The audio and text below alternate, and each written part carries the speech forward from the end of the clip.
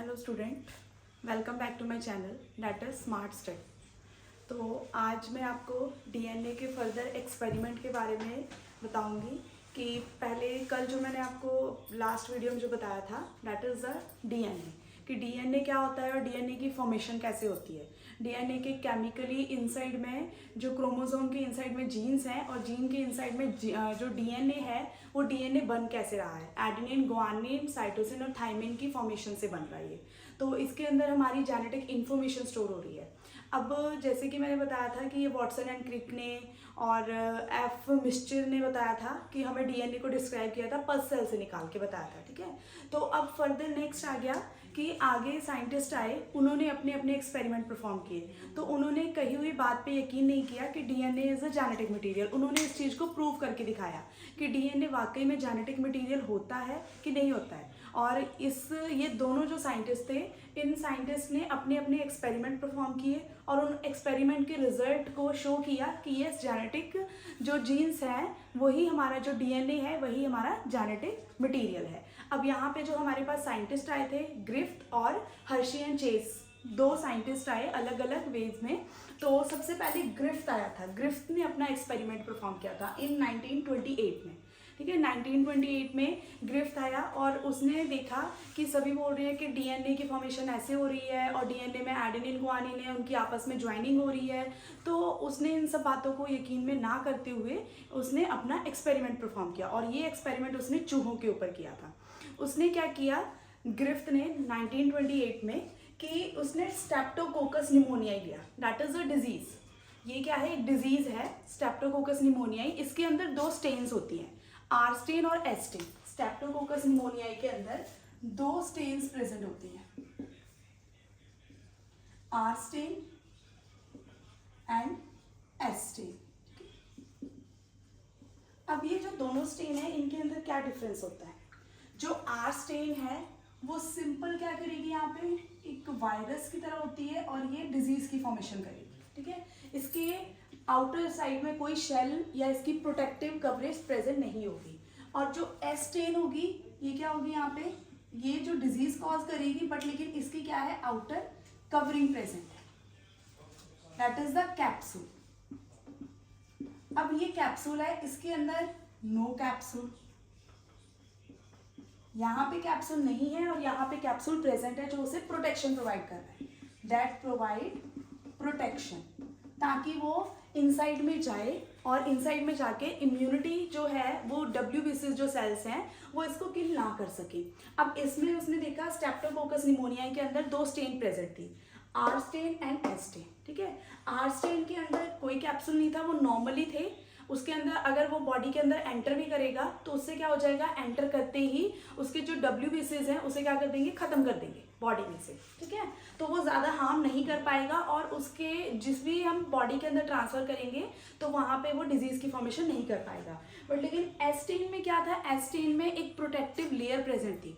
तो WBCs को पहले उस प्रोटेक्टिव लेयर को किल करना पड़ेगा, उसके बाद फिर जाके वो इंटरनली जो हमारे अंदर डिजीज़ की फॉर्मेशन करने वाले हैं, निमोनिया ही कॉज करेंगे, तो उसको फिर किल करेगा। तो उसके लिए डबल एफर्ट हो गए, यहाँ पे सिंगल एफर्ट था। तो अब उसने क्या देखा, उसने क्या किया, इन दोनों स्टेन का यूज़ करके माइस के ऊपर अपना एक्सपेरिमेंट किया था, चूहों के ऊपर। तो सबसे पहले उसने ग्रिफ्थ ने क्या किया, आर स्टेन लिया। फर्स्ट उसने क्या किया, पहले चूहे के ऊपर R strain, simple R strain को ट्रांसफर कर दिया माइस के अंदर, ठीक है। अब जैसे उसने उस चूहे के अंदर इस आर स्टेन को ट्रांसफर किया तो चूहों के अंदर जो इम्यूनिटी थी वो डेवलप हो गई। अब उस इम्यूनिटी ने इस आर स्टेन को, जिसके अंदर कोई प्रोटेक्शन नहीं थी, उसको किल कर दिया और जो माइस है वो सरवाइव कर गया, ठीक है। वो माइस क्या हो गया, सरवाइव कर गया, वो डेड नहीं हुआ। अब फिर उसने क्या किया, दोबारा से एस स्टेन ली। एस स्टेन के अंदर क्योंकि ये थोड़ा कम हार्मफुल था और एस स्टेन वाला ज़्यादा हार्मफुल था जो डिजीज कॉज कर रहा था, क्योंकि इसके पास क्या थी, प्रोटेक्टिव लेयर प्रेजेंट थी। तो जो एस स्टेन है वो माइस के अंदर जब ट्रांसफर की गई है तो माइस ने क्या कर दिया, उसने माइस के अंदर जाके उसकी इम्यूनिटी को वीक कर दिया, मतलब उसके WBCs को किल कर दिया। WBCs उसके ऊपर रिएक्ट नहीं कर पाए क्योंकि उसके पास दो दो लेयर्स प्रेजेंट थी, ठीक है, जो उसे प्रोटेक्शन प्रोवाइड कर रही थी।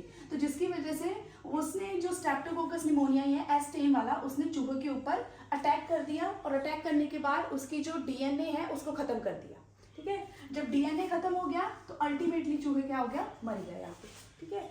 अब उसने देखा, चलो हम नेक्स्ट करते हैं कि जो एस्टेन है और एस्टेन को उसने क्या कर दिया, यहाँ पे एस्टेन के साथ हीट किल्ड कर दिया, प्लस हीट किल्ड मतलब, और उसने क्या किया, ट्रांसफर करने से पहले, एस्टेन को ट्रांसफर करने से पहले, माइस के अंदर डालने से पहले उसने उसे हीट किल्ड कर दिया, मतलब हीट जला दी। जब हम किसी भी चीज़ को जलाते हैं, वायरस या कोई भी चीज़ हो, तो उससे क्या हो जाएगी, उसकी डेथ कॉज हो जाती है।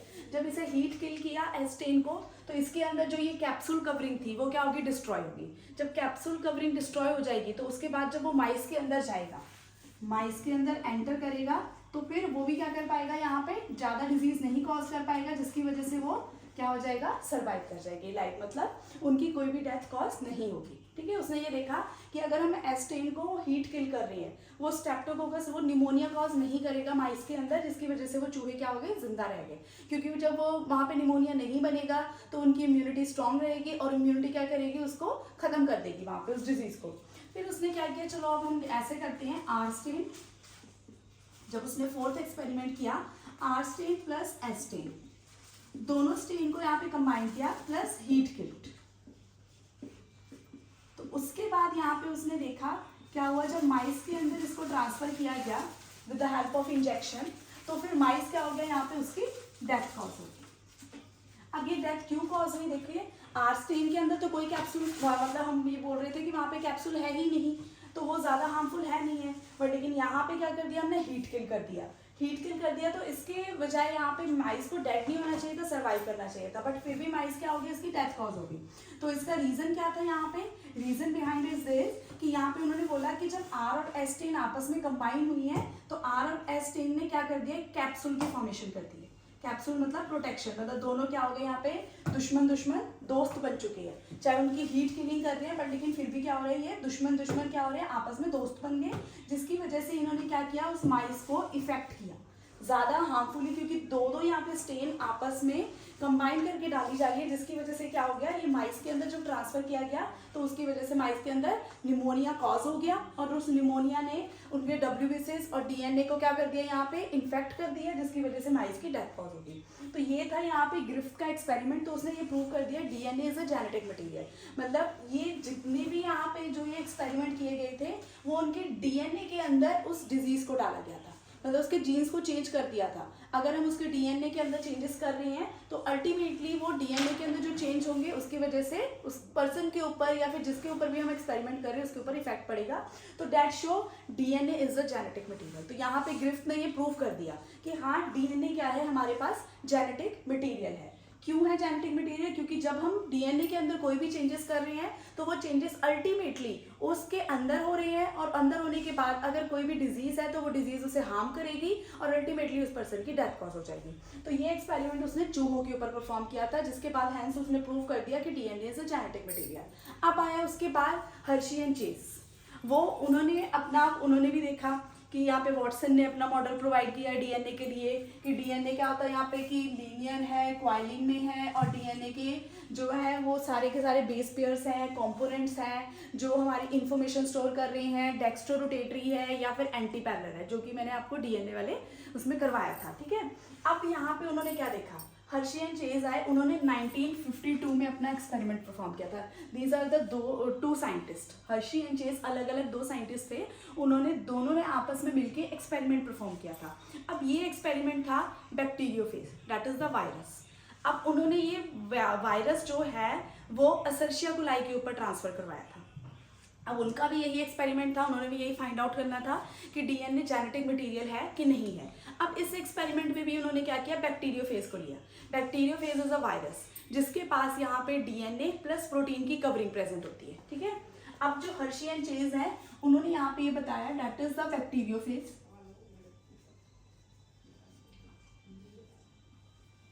दैट इज द बैक्टीरियोफेज, ठीक है। अब ये जो बैक्टीरियोफेज है, ये दोनों बहुत ही इंपॉर्टेंट क्वेश्चन है और ये बोर्ड एग्जाम में हमेशा आते हैं। कोई भी एक एक्सपेरिमेंट पूछ लिया जाता है। हर्शी एंड चेज वाला ज़्यादा आता है एक्सपेरिमेंट, क्योंकि ये बैक्टीरियोफेज, क्योंकि इसमें प्रॉपर प्रूविंग हो चुकी थी। यहाँ पर भी प्रूव हुआ था, बट लेकिन जो ये लास्ट वाला उन्होंने माइस के ऊपर एक्सपेरिमेंट किया था, तो इसमें थोड़ा बहुत वो लिटिल बिट कंफ्यूज थे। बट लेकिन हर्शी एंड चेज ने प्रॉपरली प्रूव कर दिया कि डीएनए इज जेनेटिक मटेरियल। तो ये आपको 3 मार्क्स में क्वेश्चन आ जाता है कि show the experiment of Hershey and chase. तो आपने यहाँ पे ये डायग्रामेटिकली इसको वहाँ पे प्रूव करके दिखाना है कि हर्शी एंड चेज ने किस तरीके से इसको प्रूव किया था कि DNA is the genetic material. अब यहाँ पे जो बैक्टीरियोफेज है, that is the protein and here that is the DNA. अब यहाँ पे उसने क्या किया, हर्शी एंड चेज ने 2 अलग अलग रेडियो एक्टिविटी ली। अब देखिए, जब हम डीएनए के अंदर चेंज करते हैं तो डीएनए के अंदर जो चेंज होगा वो नेक्स्ट जनरेशन के अंदर भी ट्रांसफर होने वाला है। अगर हम बॉडी के आउटर साइड में कोई भी चेंजेस करते हैं तो वो नेक्स्ट जनरेशन में ट्रांसफर नहीं होगी। फॉर एग्जांपल, अगर कोई भी हमारे अंदर डिजीज एंटर हो जाए, वायरस एंटर हो जाए, तो हमारी बॉडी में जाके वो डीएनए को इफेक्ट करेगा। अगर डीएनए के अंदर कोई भी प्रॉब्लम आती है, डीएनए के जीन्स चेंज हो जाते हैं या फिर डीएनए के अंदर कोई भी डिजीज की फॉर्मेशन हो जाती है जीन्स की वजह से, तो अल्टीमेटली वो हमारी नेक्स्ट जनरेशन में ट्रांसफर होंगे ही होंगे, क्योंकि डीएनए हमारा इन्फॉर्मेशन को लेके जा रहा है हमारी नेक्स्ट जनरेशन के पास। ठीक है, तो नेक्स्ट जनरेशन में वो क्रॉसिंग ओवर के थ्रू डिपेंड करता है कि क्या पता वही वाले जो जीन्स हैं वो नेक्स्ट जनरेशन के अंदर चले जाएं, जिसकी वजह से वो बेबी के अंदर भी ट्रांसफर हो जाएंगे। ठीक है, बट लेकिन अगर जैसे कि सेकेंड एग्जाम्पल इज दिस कि अगर हमारे आउटरली, जैसे अब मैंने नोज जो है नोज पिन यहाँ पे पहनी हुई है, तो ये थोड़ी है कि आगे मेरी आने वाली जनरेशन के भी यहाँ पे नोज में होल होगा, या फिर मैंने इयरिंग्स पहने हुए हैं तो आगे नेक्स्ट आने वाली जनरेशन के भी कानों में होल होंगे, पहले से ही प्रेजेंट होंगे। ये तो पॉसिबल, क्योंकि ये तो आउटरली मैंने अपने बाहर से अपने आप करवाया है। तो ये जो है ये हमारे डीएनए को चेंज नहीं कर रहा है, तो इसकी वजह से मेरी नेक्स्ट जनरेशन के ऊपर कोई इफेक्ट नहीं पड़ेगा। तो इसी तरीके से यहाँ पे हर्शी एंड चेज ने भी यही प्रूव किया था कि अगर हम आउटर के साथ, आउटर अपीयरेंस के साथ कोई भी छेड़खानी करते हैं या फिर कोई भी चेंजेस करते हैं तो वो हमारे डीएनए में कोई भी चेंज नहीं लेके आएंगे, तो वो नेक्स्ट जनरेशन को इफेक्ट नहीं करेंगे। बट लेकिन अगर हम डीएनए के अंदर कोई भी चेंजेस करते हैं तो वो नेक्स्ट जनरेशन को भी इफेक्ट करेंगे, जिसकी वजह से वो जो जीन्स है वो ट्रांसफर होंगे ही होंगे नेक्स्ट जनरेशन में। तो डीएनए इज जेनेटिक मटीरियल, इसके थ्रू उन्होंने प्रूव किया था। अब ये क्या है, that is the virus, bacteriophage, that is the virus. अब इसको क्या किया गया, इसको यहाँ पे सबसे पहले देखिए, जो बैक्टीरियोफेज है उसको Escherichia coli, that is the E coli, इसके ऊपर यहाँ पे इस वायरस को इन्फेक्ट करवाया गया। जब इस वायरस को यहाँ पे इन्फेक्ट करवाया गया तो इसके ऊपर यहाँ पे एक प्रोटीन कोटिंग की गई, मतलब इसकी आउटर अपीयरेंस को चेंज कर दिया गया। इंटरनली डीएनए के अंदर कोई चेंज नहीं किया गया, बस इसकी आउटर अपीयरेंस में चेंज कर दिया, इसकी प्रोटीन की कवरिंग, जो कि यहाँ पे हम लोग सल्फर 35 से रिप्रेजेंट करते हैं। ठीक है, दैट इज द सल्फर 35, क्योंकि डीएनए के अंदर सल्फर प्रेजेंट नहीं होता है और प्रोटीन में फॉस्फोरस प्रेजेंट नहीं होता है। तो यहाँ पे क्या है, protein, protein and here is sulphur. And अगर हम डीएनए के अंदर कोई भी चेंजेस कर रहे हैं, डीएनए के अंदर जब चेंजेस आएंगे यहाँ पे, तो डीएनए में क्या है, यहाँ पे हम लोग इंटरनली चेंज कर रहे हैं, आउटर अपीयरेंस के हमने कोई भी चेंजेस नहीं किए। डीएनए के अंदर जो चेंजेस किए हैं तो उसे फॉस्फोरस के साथ रिप्रेजेंट करते हैं यहाँ पे। ठीक है, फॉस्फोरस के साथ रिप्रेजेंटेशन हुई है। क्यों हुई है यहाँ पे फॉस्फोरस के साथ, फॉस्फोरस 32, क्योंकि डीएनए के अंदर क्या प्रेजेंट होता है, डीएनए रेडियो एक्टिव बना दिया यहाँ पे। अब यहाँ पे जो रेडियो एक्टिविटी है वो प्रोटीन कोटिंग के ऊपर है, प्रोटीन रेडियो एक्टिविटी,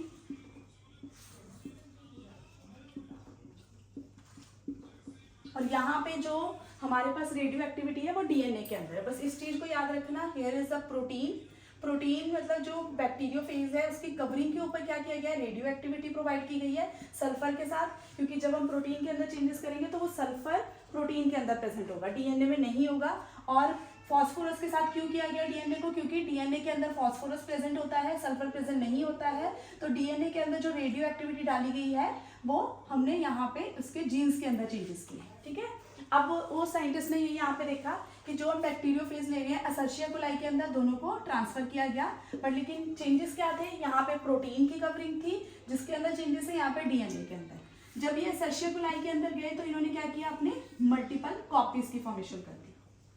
मल्टीपल जब कॉपीज बनेंगी उनमें क्या हो जाएगा, यहाँ पे प्रोटीन की जो कवरिंग थी वो क्या हो गया, मल्टीपल कॉपीज के अंदर आ गई। ठीक है, क्योंकि अभी ये इसके अंदर एंटर करके यहाँ पे अपनी मल्टीपल कॉपीज बना रहा है। मल्टीपल कॉपीज में यहाँ पे क्या है, रेडियो एक्टिविटी शो करेगा, रेडियो एक्टिविटी।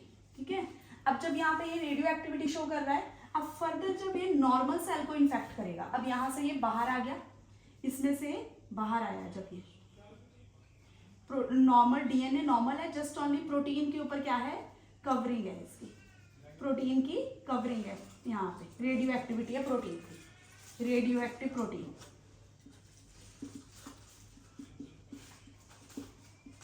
अब जो ये रेडियो एक्टिव प्रोटीन है वो फर्दर यहाँ पे जब नॉर्मल असर्शिया कोलाई को, नॉर्मल बैक्टीरिया के ऊपर इन्फेक्ट करेंगे, नॉर्मल बैक्टीरिया के अंदर जब ये जाएंगे यहाँ पे, तो इसके अंदर जो डीएनए है सिर्फ वही एंटर होने वाला है, only DNA will enter into the bacteria.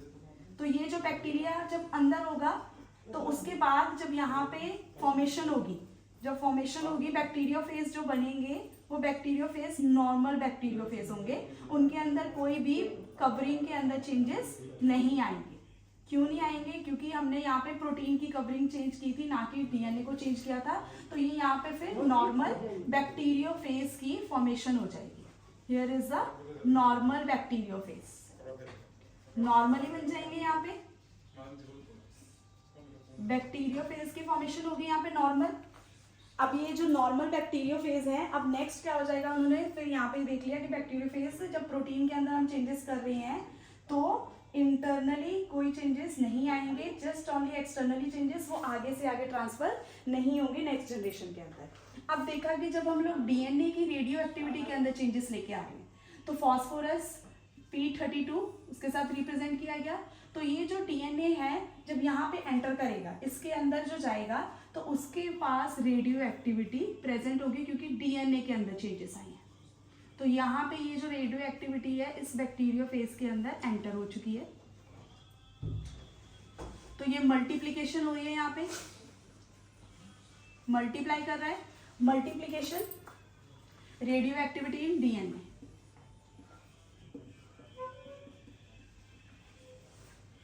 In DNA, अब डीएनए के अंदर जो रेडियो एक्टिविटी है, अब डीएनए इसका यहाँ पे रेडियो एक्टिव है, तो फर्दर ये क्या करेगा, मल्टीप्लाई हो गया। जब ये नॉर्मल अदर बैक्टीरिया को इन्फेक्ट करेगा, एसर्शिया कोलाई को जब इन्फेक्ट करेगा नॉर्मल को, तो इसके अंदर फिर भी जब यहाँ पे ये जाएगा तो यहाँ पे जब इसकी मल्टीप्लिकेशन हो चुकी है, अभी यहाँ पे ये मल्टीप्लाई कर गया रेडियो एक्टिविटी के साथ, तो वो जो नॉर्मल सेल्स को अब इन्फेक्ट करेगा। अब ये जो यहाँ पे बैक्टीरियोफेज है इसके अंदर रेडियो एक्टिविटी है, तो नॉर्मल जब ये जाएगा उसके अंदर एंटर करेगा, तो यहाँ पे ये डीएनए वाला जो बैक्टीरियोफेज बनेंगे वो सारे के सारे क्या होंगे, रेडियो एक्टिव बैक्टीरियोफेज होंगे। अब देखिए यहाँ पे इनके अंदर क्या बन चुका है, रेडियो एक्टिव बैक्टीरियोफेज। अब जो हमारे पास यहाँ पे बन के आएगा, बाहर निकल के आएगा, दैट इज द बैक्टीरियोफेज, जिसके डीएनए के अंदर क्या है, रेडियो एक्टिविटी प्रेजेंट है, रेडियो एक्टिव डीएनए। तो उसके साथ अब यहाँ पे हर्शी एंड चेज ने प्रूव कर दिया कि अगर हम लोग प्रोटीन कोटिंग के अंदर कोई भी चेंजेस लेके आते हैं तो वो आगे जनरेशन के अंदर ट्रांसफर नहीं होने वाली है। हम कुछ भी चेंज कर ले, आउटर अपीयरेंस में कोई भी चेंजेस क्रिएट कर देंगे, बट लेकिन वो नेक्स्ट जनरेशन में ट्रांसफर नहीं होगी, क्योंकि वो आगे फर्दर कन्वर्ट ही नहीं हो रही है, नेक्स्ट जनरेशन के अंदर जा ही नहीं रही है, क्योंकि उनकी जो हम चेंजेस कर रहे हैं आउटरली चेंजेस कर रहे हैं, इंटरनली हम लोग कोई चेंज नहीं कर रहे। आउटर हम जो मर्जी चेंज करते रहेंगे वो नेक्स्ट जनरेशन में नहीं जाएगा। जैसे कि मैंने पहले भी अभी आपको बताया कि अगर हम आउटरली अपने बॉडी के अंदर कोई भी चेंजेस करवाते हैं, नोज पिन वेयर कर रही हैं या फिर इयरिंग्स वेयर कर रही हैं या फिर कहीं पे भी हम होल करवा रहे हैं अपनी बॉडी के अंदर, तो वो नेक्स्ट जनरेशन के अंदर ट्रांसफर नहीं होने वाला है, क्योंकि वो हमने अपने आप ही खुद ही जो है वो चेंजेस करवाए हैं अपने में। तो वो चेंजेस जो है वो नेक्स्ट जनरेशन में ट्रांसफर नहीं होंगे, वो तो नॉर्मल बैक्टीरियोफेज बनेंगे उस कंडीशन में। यहाँ पे हमने प्रोटीन को चेंज कर दिया, तो सल्फर लिया, क्योंकि रेडियो एक्टिविटी जो क्या होती है, कहाँ पे होती है, प्रोटीन में, सल्फर में होती है, इसलिए यहाँ पे सल्फर लिया। फॉस्फोरस मतलब हम प्रोटीन डीएनए के अंदर चेंजेस कर रहे हैं, प्रोटीन के अंदर नहीं कर रहे हैं। तो वही वाला जो सल्फर है जो यहाँ पे जब वो मल्टीप्लाई करेगा, इसके अंदर जब एंटर हुआ, जब मल्टीप्लाई किया, तो उसने रेडियो एक्टिविटी वाले यहाँ पे बैक्टीरियोफेज बना दिए, जिसकी प्रोटीन की कोटिंग थी, तो that is the bacteriophage. That is the radio active bacteriophage. अब ये जो रेडियो एक्टिव बैक्टीरियोफेज है प्रोटीन की कवरिंग के साथ, तो वो नेक्स्ट अब जब नॉर्मल सेल्स को इन्फेक्ट करेंगे, वो क्या गए अभी नॉर्मली इन्फेक्ट करने गए अदर सेल्स को, अदर बैक्टीरिया को जब उन्होंने इन्फेक्ट करना है, तो वो बैक्टीरिया जब वो इन्फेक्ट करेंगे तो वहाँ पे उनकी प्रोटीन कोटिंग बाहर ही रह जाएगी, सिर्फ डीएनए एंटर करेगा यहाँ पे। जब वो डीएनए एंटर करेगा तो वो नया बैक्टीरियोफेज बनाएगा, क्योंकि बैक्टीरिया के अंदर मल्टीप्लिकेशन पावर होती है कि इसके अंदर सबसे ज़्यादा मल्टीप्लिकेशन, मतलब वो कोई भी इनसाइड में इसके जाएगा तो मल्टीप्लाई की पावर सबसे ज़्यादा होती है, बहुत जल्दी से ये मल्टीप्लाई करता है। तो जिसकी वजह से यहाँ पे जब लार्ज नंबर ऑफ बैक्टीरियोफेज बनेंगे तो वो सारे नॉर्मल होंगे, उनकी आउटर कवरिंग में कोई भी चेंजेस नहीं होगा, नॉर्मल बैक्टीरियोफेज बन रहे हैं, नॉर्मल वायरस बनेगा और वो वायरस नॉर्मल बाहर आ जाएगा, ठीक है। तो जो प्रोटीन के अंदर हमने कोटिंग के अंदर चेंजेस किए थे तो उससे कोई भी फर्क नहीं पड़ा। तो दैट शो कि यहाँ पे डीएनए का अगर हम लोग चेंजेस नहीं कर रहे, बाहर चेंजेस कर रहे, तो यहाँ पे कोई भी रोल नहीं है, मतलब डीएनए हमारा जेनेटिक मटेरियल है।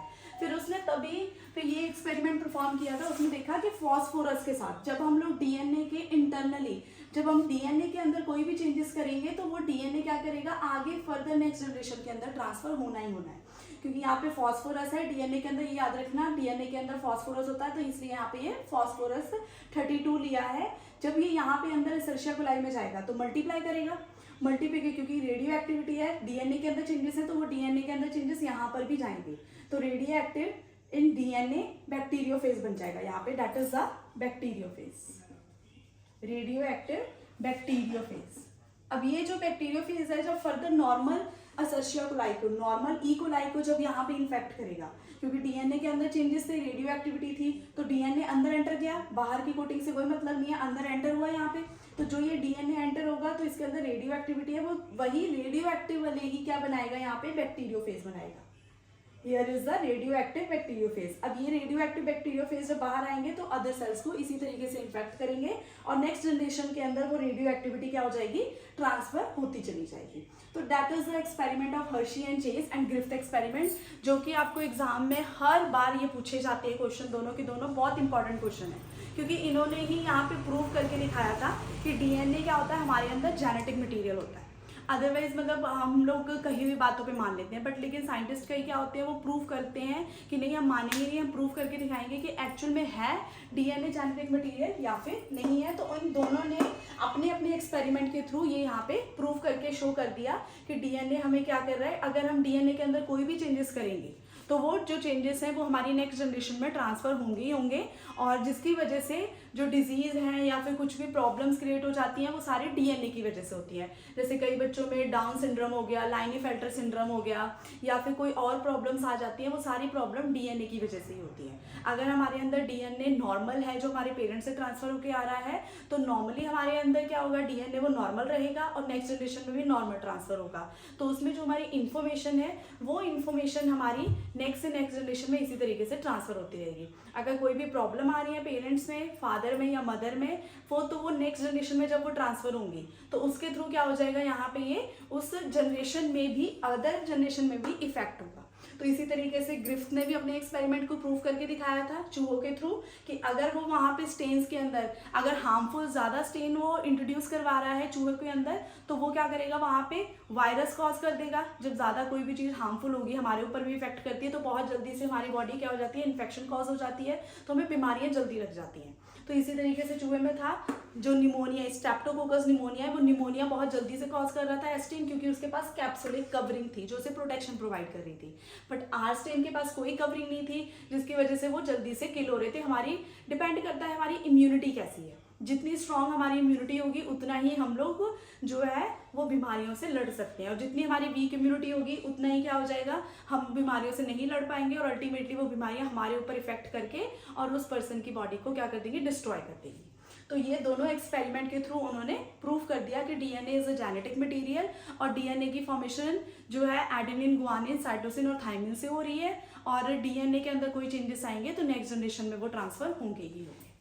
तो इसी तरीके से आप मेरी वीडियोस को लाइक, शेयर एंड सब्सक्राइब कीजिए। जो न्यू है वो सब्सक्राइब जरूर कीजिए चैनल को, और मेरी वीडियोस को इसी तरीके से देखते रहिए। और आपको आगे आगे मैं नेक्स्ट जो है वो इम्पॉर्टेंट चीज़ें और सारी की सारी जितना भी +2 का टॉपिक्स हैं या +1 के टॉपिक्स हैं वो सारी इसी तरीके से मैं आपको करवाती रहूँगी। Thank you.